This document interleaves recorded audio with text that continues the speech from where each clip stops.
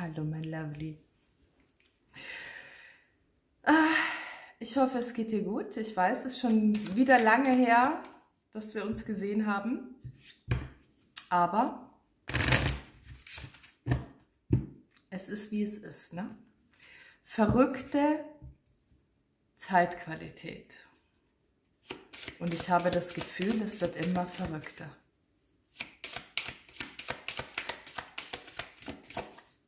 Ein Reset hat viele verschiedene Gesichter oder kann viele verschiedene Gesichter haben.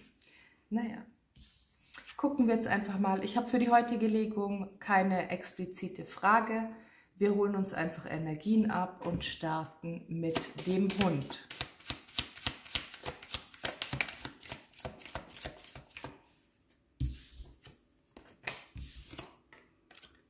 Die Sonne.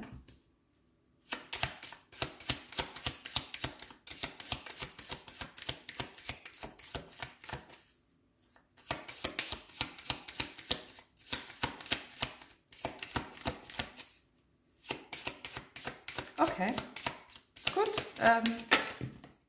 Gucken wir einfach weiter. Das ist unglaublich.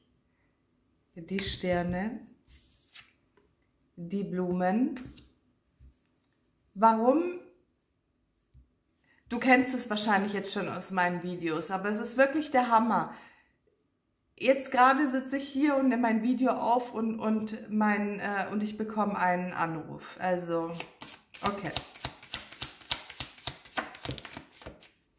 So, die Schlüssel und unter dem Deck der Mond, wie ich das Deck immer in die Kamera reinhalte. Was haben wir hier?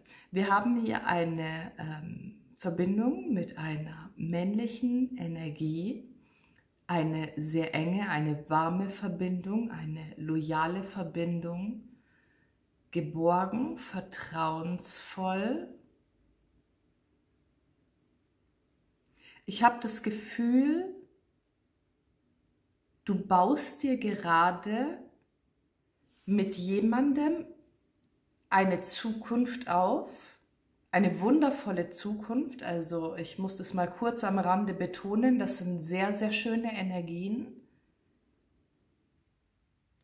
Und ich bin mir aber gerade nicht sicher, ist diese Person schon leibhaftig, also real in deinem Leben, oder manifestierst du diesen Menschen gerade oder ziehst du ihn gerade in dein Leben, also dass du quasi den Weg ebnest, damit dieser Mensch in dein Leben treten kann. Ich höre gerade selbst, meine Stimme ist etwas beschlagen. Ich bin ausnahmsweise mal ein bisschen kränkelig. Ich würde sagen, da das hier noch nicht so ganz fest steht oder sicher ist, gucken wir mal noch einen Moment weiter.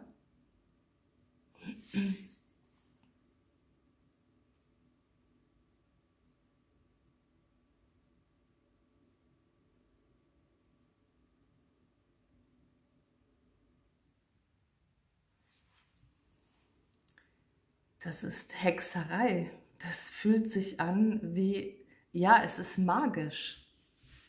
Es ist einfach nur magisch.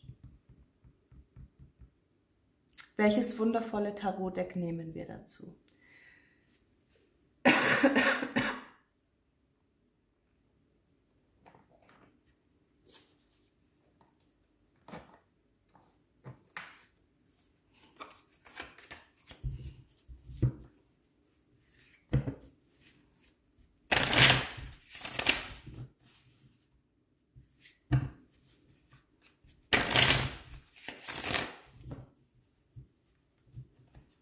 Das ist doch nicht von dieser Welt, oder?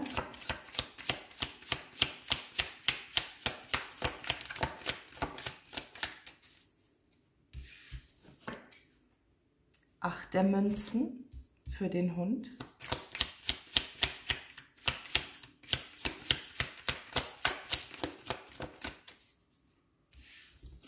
König der Stäbe für die Sonne. Das geht durch. Heidewitzka. 10 der Schwerter und der Hierophant für die Sterne.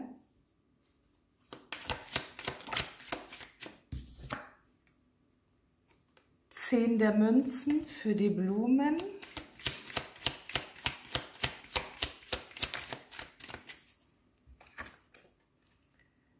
Ritter der Schwerter für den Schlüssel und die 9 der Stäbe für den Mond.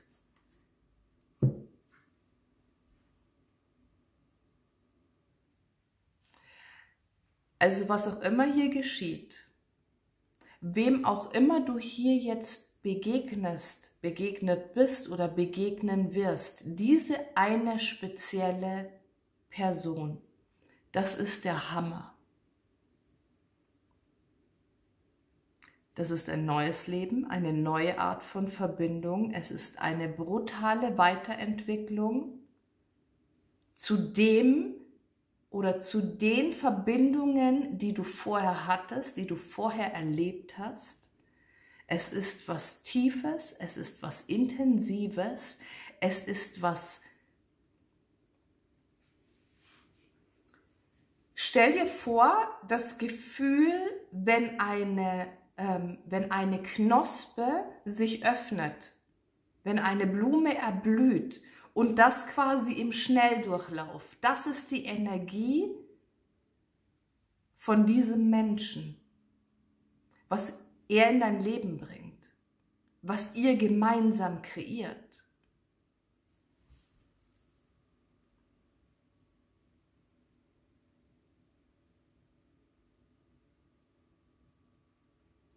Du hast hier etwas manifestiert, du hast dir etwas gewünscht, du hast hier etwas verarbeitet, eine gewisse Vergangenheit hinter dir gelassen, damit du offen bist dafür, für das, was jetzt kommt.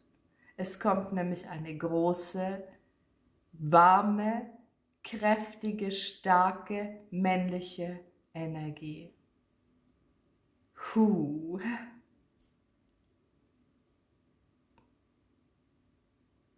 Ich bin gerade komplett weggeflasht.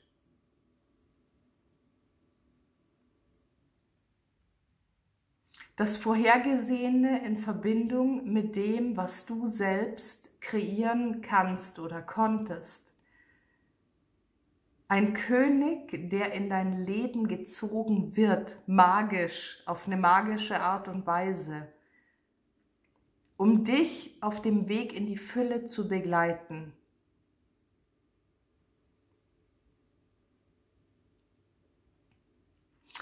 Um hier so ein Stückchen weit noch in die Zukunft zu spinnen, es geht hier auch um deswegen ist so eine gewisse andere Energie noch, die mitschwingt. Es geht hier um einen Gefährten, den du in dein Leben ziehst, mit dem du gemeinsam eine Aufgabe hast, und zwar eine größere Aufgabe, als du dir eventuell vorstellen kannst. Es geht um die Einheit in diesen Verbindungen, egal wen das jetzt betrifft. Es geht um die Einheit der Verbindungen, um die Verbindung der Gegensätze, um gemeinsam an einem höheren Ziel zu arbeiten. Falls das jetzt zu kompliziert ist, das tut mir leid, ich kann es gerade nicht anders erklären, beziehungsweise mir fehlen gerade andere Worte dafür oder vielleicht sind es auch genau die richtigen. Ach Jasmin, hab doch einfach mal ein bisschen Vertrauen in deine Worte, ne? Auf jeden Fall, es geht hier in weiterer Zukunft um eine Art Kampf, den ihr nur gemeinsam gewinnen könnt, beziehungsweise ihr seid nur gemeinsam als gemeinsame Kraft dafür zugelassen. Ihr könnt diesen Kampf nur gemeinsam bestreiten.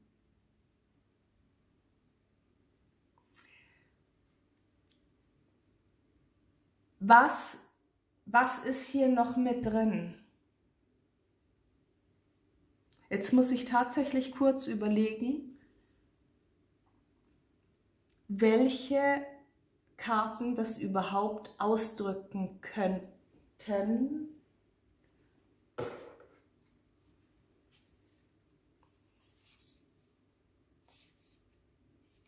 Ich glaube, die können wir dazu nehmen.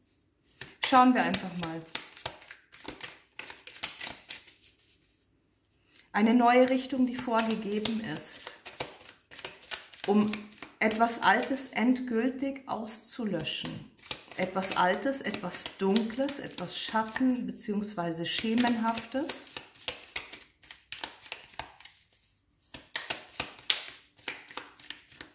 Warum haben wir aktuell so eine hochgradige spirituelle Ebene? Also, verstehe mich nicht falsch, die Ebene ist ja nie getrennt irgendwie von uns oder von irgendwas. Diese Ebene ist immer da, aber sie ist jetzt so präsent wie nie, meines Erachtens nach.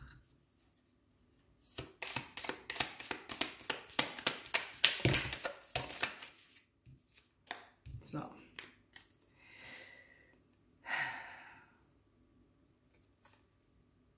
Der Wunsch. Oh, das ist was um einiges Größeres wieder mal. Die kosmische Ordnung, die Einfachheit, das, was da ist, und die Vereinigung unterm Deck, oh mein Gott. Die Reise, die angetreten wird zwischen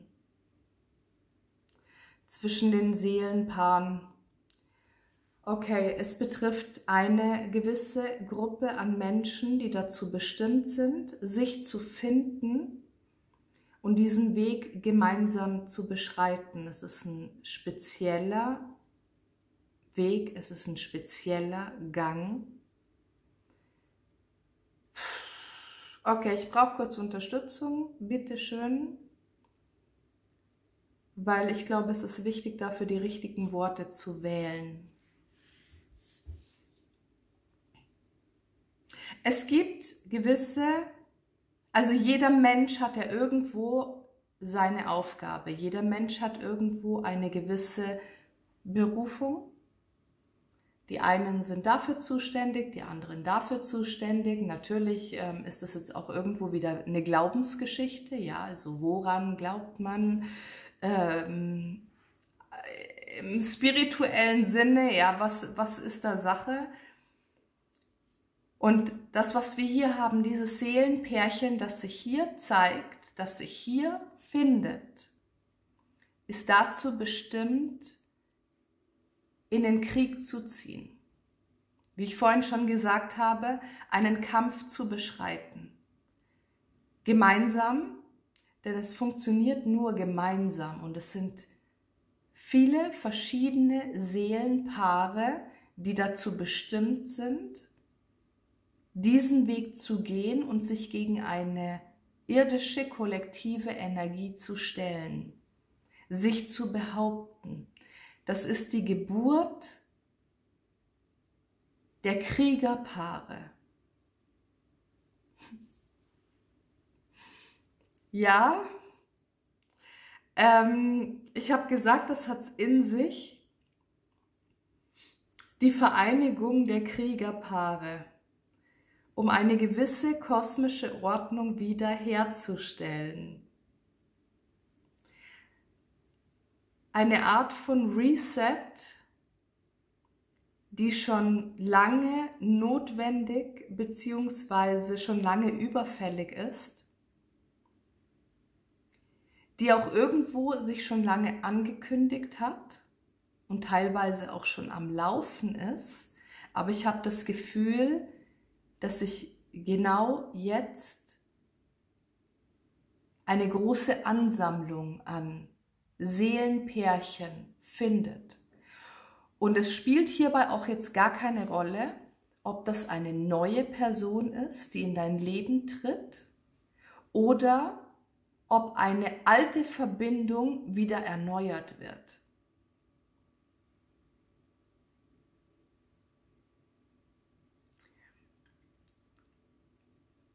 Kennst du das Gefühl, du siehst einen Menschen oder du hast mit einem Menschen zu tun und die Verbindung ist so intensiv, die Verbindung ist so tief und ihr seid eine Einheit. Du weißt es, du spürst es. Du weißt aber auch, das ist jetzt gerade nicht eure Zeit. Vielleicht erst in 5 Jahren, vielleicht erst in 10 Jahren oder vielleicht in einer anderen Inkarnation. Davon spreche ich. Und genau diesejenigen finden sich hier jetzt zusammen.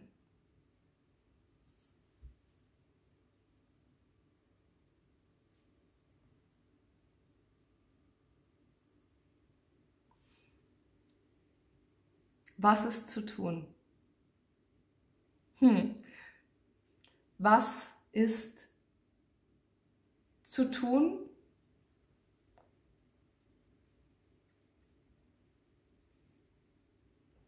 Waren es die?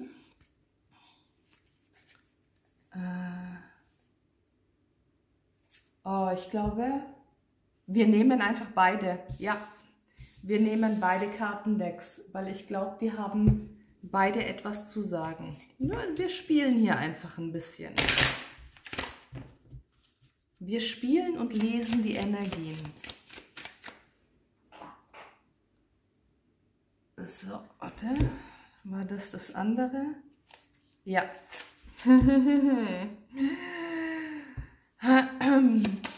Also, wenn du Teil dieser Energie bist, dann schauen wir uns jetzt einfach mal den Auftrag an. Express it.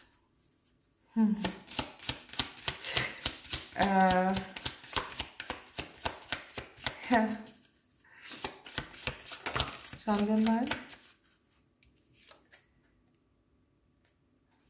Do not react. Feel your way. Okay. Also, der eine Auftrag oder der eine Teil vom Auftrag ist klar.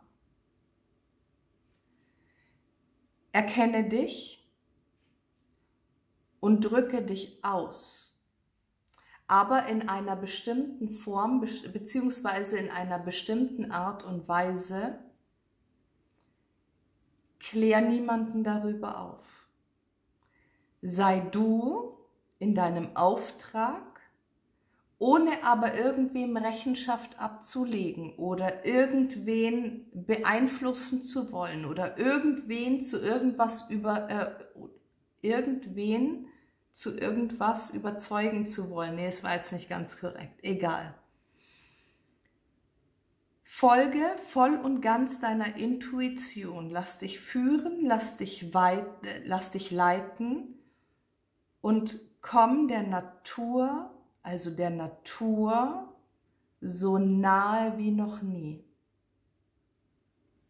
Das kann jetzt sein, wenn du zum Beispiel diesen Menschen oder mit diesem Menschen noch nicht zusammen bist, aktuell, real, auf dieser irdischen Ebene, dann kannst du das schon machen. Genauso aber auch, wenn du mit diesem Menschen schon in Verbindung stehst. Und ganz wichtig dabei, geh nicht auf gewisse Angriffe ein. Du wirst sehen, was damit gemeint ist, falls du es jetzt noch nicht weißt. Wie ist es, wenn du, sagen wir mal, du hast ein Hobby. Aus diesem Hobby machst du vielleicht einen Beruf, ja, weil es deine Leidenschaft ist. Du arbeitest immer weiter, du arbeitest immer härter an dir, du forderst dich heraus, gehst vielleicht auf Wettbewerbe oder sonst irgendwas. Also wirst immer erfolgreicher quasi, Aber je erfolgreicher du wirst in deinem Job, desto mehr Hindernisse ziehst du vielleicht auch an, desto mehr Hater ziehst du vielleicht auch an. Menschen, die dir das nicht gönnen, dieses Glück oder diesen Erfolg. Und genau das Gleiche ist auch hierbei, auf diesem Wege. Es werden sich Energien zeigen, ob nun aus Fleisch und Blut oder im energetischen Sinne, Energien, die dich hindern wollen, diesen Weg zu gehen, diesen Weg weiterzugehen oder ihn überhaupt erst zu beschreiten. Manchmal darf man diese Energieformen auch einfach ignorieren. Reagier nicht auf alles, was du siehst, hörst oder beziehungsweise was sich dir in den Weg stellt.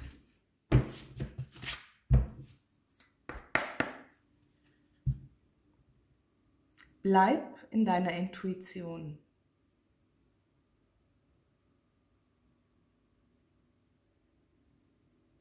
Und wende dich ab von jeglicher Täuschung.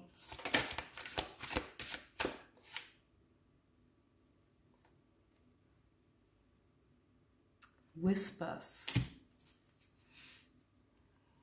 Hör nicht auf das, was du hörst, sondern nur auf das, was du fühlst. Die Botschaften sind da. Du wirst über sämtliche Wege, über sämtliche Kanäle wirst du Nachrichten und Botschaften empfangen.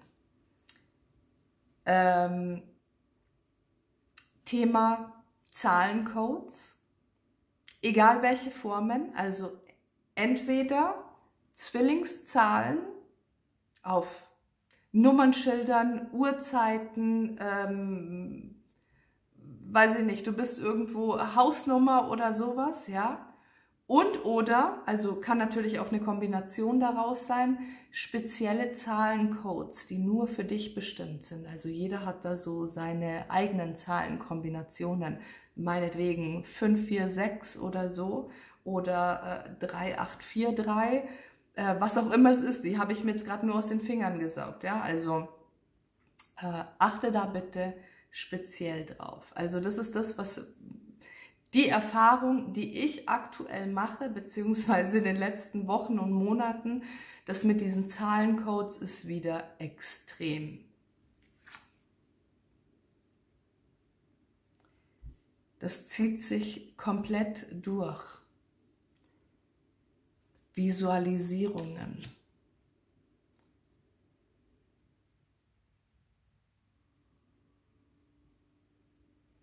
Und die 10. Soulcraft.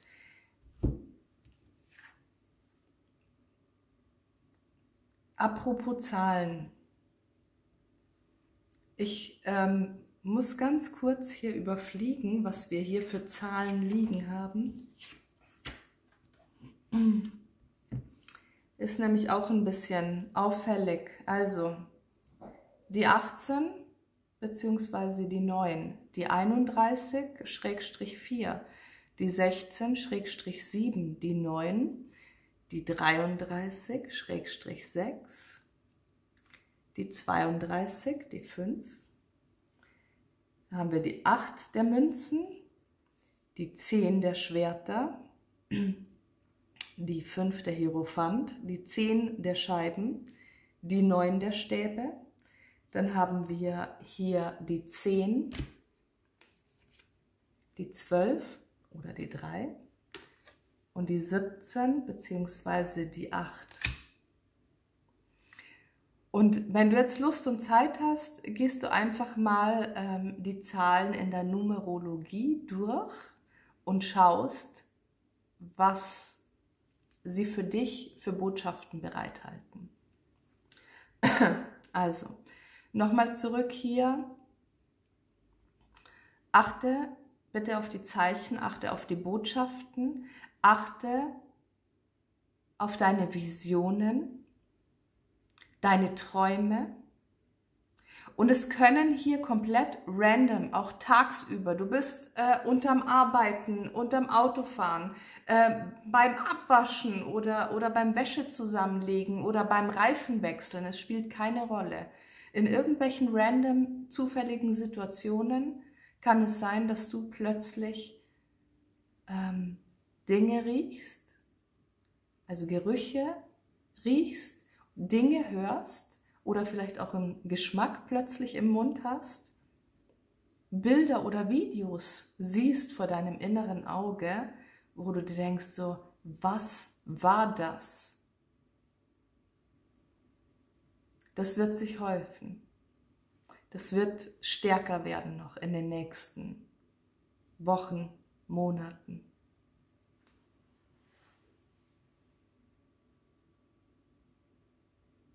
Erinnere dich, wer du bist und welche Kraft dir inne wohnt.